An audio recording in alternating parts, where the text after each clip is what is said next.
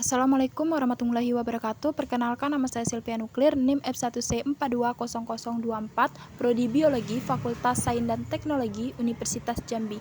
Pada video ini saya akan memenuhi UTS TIK dengan dosen pengampu Ibu Rizka Raika Bintana STM Kom. Baiklah, saya akan menjawab soal-soalnya. Pertama, jelaskan definisi masyarakat informasi. Masyarakat informasi merupakan suatu kegiatan masyarakat di mana produksi, distribusi, dan manipulasi suatu informasi menjadi kegiatan utama. Dapat dikatakan bahwa pengolahan informasi adalah inti dari kegiatan teknologi baru memiliki implikasi untuk segala aspek dari masyarakat dan ekonomi. Teknologi mengubah cara kita melakukan bisnis, bagaimana kita belajar, bagaimana kita menggunakan waktu luang. Dampak dari teknologi informasi dan komunikasi telah menjadi sebuah definisi sementara yang kuat dan mentransformasi aktivitas ekonomi dan sosial. Perkembangan masyarakat informasi telah menjadi bagian penting untuk masyarakat informasi sebagai ekonomi kecil yang terbuka di dalam perkembangan jaringan ekonomi global di mana pengetahuan berbasis pada inovasi yang menjadi kunci sumber dari penopang keuntungan yang kompetitif. 2. Jelaskan mengapa informasi diperlukan. Informasi sangat diperlukan karena informasi dapat mempermudah arus pertukaran informasi dalam lingkup lokal maupun global. Alasannya, saat informasi dari satu tempat ke tempat lain sangat cepat dan mudah sehingga dapat dikatakan dunia ini seperti tanpa batas. Komunikasi, berita, dan lain-lain dapat bergerak dengan cepat sejak adanya teknologi informasi. Selain itu, teknologi informasi juga mempermudah bagi masyarakat dunia mengakses informasi yang diperlukan. Media sosial dan layanan lainnya adalah bukti bahwa akses informasi dapat dilakukan dengan mudah hanya dengan beberapa langkah saja. Teknologi informasi juga mendorong kemajuan berbagai bidang karena memudahkan informasi seperti dalam bidang ekonomi yang mengalami kemajuan pesat dengan adanya penerapan sistem informasi dalam perusahaan-perusahaan. Kemudian di bidang pendidikan, pelajar dapat mengakses informasi berkait dengan belajar melalui internet dan masih banyak lagi. 3. Apa yang Anda ketahui tentang teknologi? Teknologi adalah keseluruhan sarana untuk menyediakan barang-barang yang diperlukan bagi kelangsungan dan kenyamanan hidup manusia. Penggunaan teknologi oleh manusia diawali dengan pengubahan sumber daya alam menjadi alat-alat sederhana.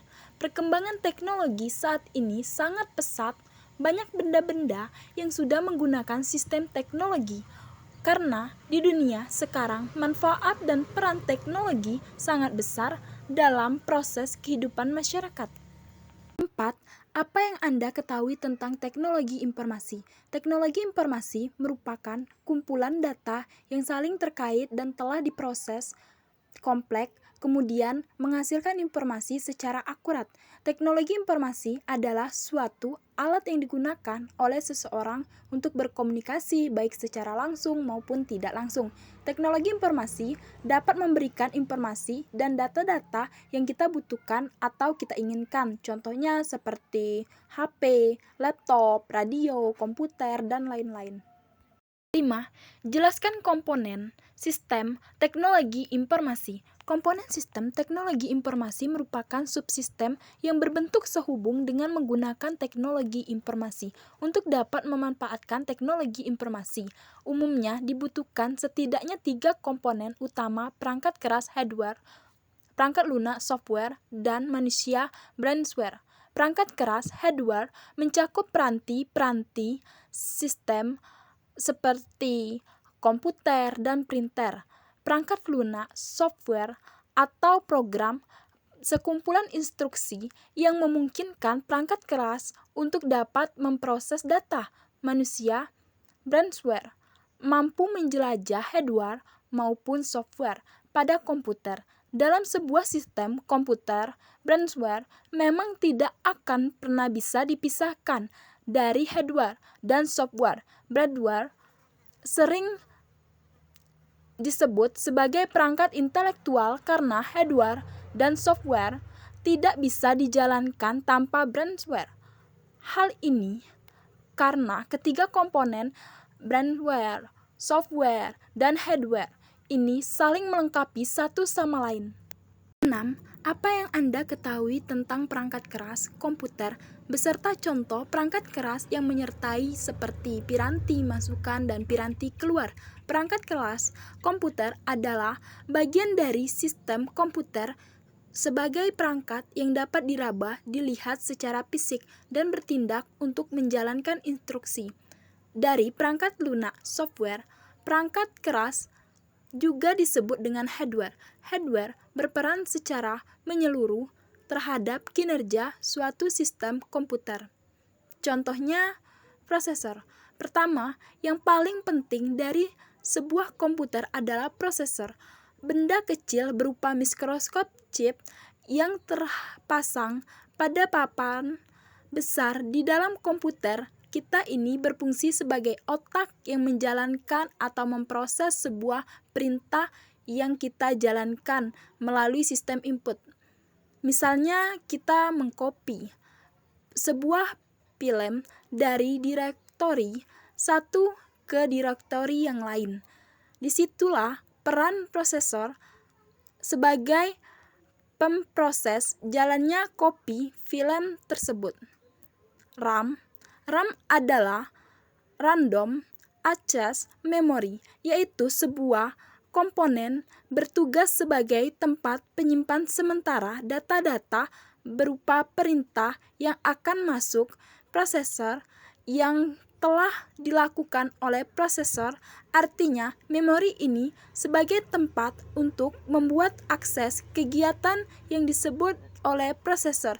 Data-data yang tersimpan di dalam RAM bersifat sementara dan akan hilang ketika komputer dimatikan.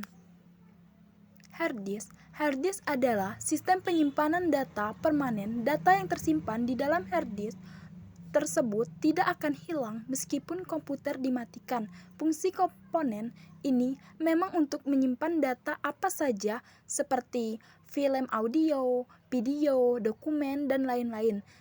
Sebagainya, sebuah hard disk memiliki kapasitas yang dinyatakan dalam 1 MB. Makin besar kapasitasnya, makin banyak pula data yang bisa disimpan dalam komponen tersebut. Power supply ini adalah komponen yang penting juga. Bahkan tanpa ini komputer tidak dapat digunakan sama sekali.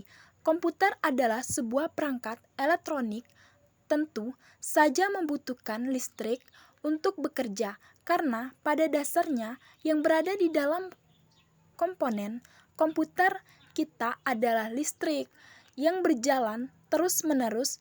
Power supply biasanya terletak di bagian belakang casing komputer. Power supply dengan demikian berfungsi sebagai memberikan pasokan tenaga kepada rangkaian untuk bekerja. Monitor. Saya yakin Anda pasti tahu yang namanya dinamakan monitor adalah sebuah komponen yang berfungsi untuk mendisplay sistem yang ada di dalam komputer.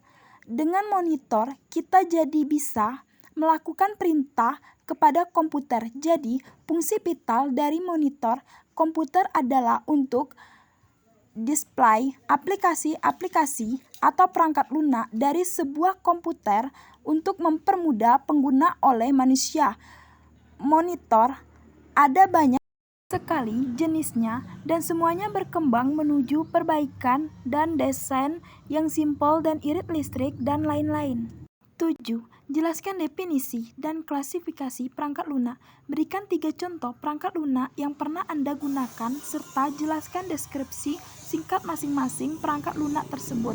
Perangkat lunak atau software merupakan suatu istilah khusus yang dipakai pada data yang diformat serta disimpan secara digital yang di dalamnya meliputi program komputer, dokumentasi, serta segala informasi yang bisa ditulis dan dibaca oleh komputer. Software juga dapat disebut sebagai sumber bagian sistem dalam komputer yang tidak memiliki wujud nyata. Contohnya yang pertama, software system, perangkat lunak yang digunakan sebagai sistem operasi dalam komputer untuk mengatur sumber daya dari perangkat keras dan perangkat lunak serta memberikan informasi kepada user. Contohnya Linux, Mac, Windows. 2. Software browser untuk mencari informasi tertentu yang dihubungkan dalam internet, contohnya operasi minimal dan lain-lain. Yang ketiga, Microsoft Office adalah perangkat lunak yang dibuat dan dirancang khusus untuk menunjang pekerjaan di dalam perkantoran atau sekolah, contohnya Microsoft Word dan lain-lain. 8. Jelaskan tentang definisi, fungsi dasar, dan tujuan sistem operasi. Sistem operasi sendiri mempunyai fungsi dan tujuan, yaitu kenyamanan atau kemudahan, lebih efisien, dan juga kemampuan untuk berevolusi. Semua fungsi dan tujuan sistem operasi komputer tersebut merupakan sasaran utama kepada pengguna saat menggunakan komputer. Efisien, sistem operasi memungkinkan sumber daya sistem komputer untuk digunakan dengan cara efisien. Kemudahan, sistem operasi membuat komputer lebih mudah dipakai dan memberikan kenyamanan untuk pengguna. Kemampuan revolusi sistem operasi harus disusun sedemikian rupa sehingga memungkinkan pengembangan yang efektif, penguji, dan penerapan fungsi-fungsi sistem yang baru tanpa menggunakan layanan yang telah ada. 9. Berikan dan jelaskan minimal 2 contoh penerapan IT pada bidang tertentu yang Anda temui sehari-hari.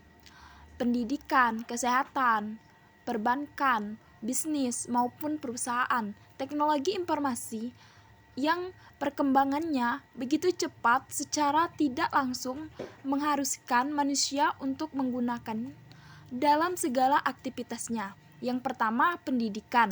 Dalam melaksanakan pembelajaran sehari-hari, makalah teknologi informasi dan komunikasi sering dijumpai. Komunikasi teknologi audio atau data, video atau data, audio atau video, dan internet.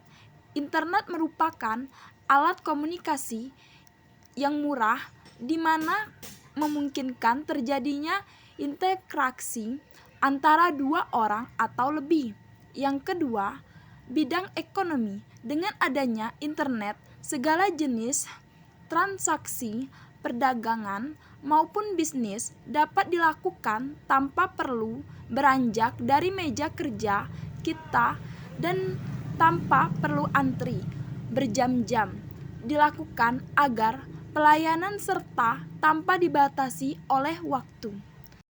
Terima kasih telah menonton video ini. Apabila saya ada kesalahan, saya mohon maaf.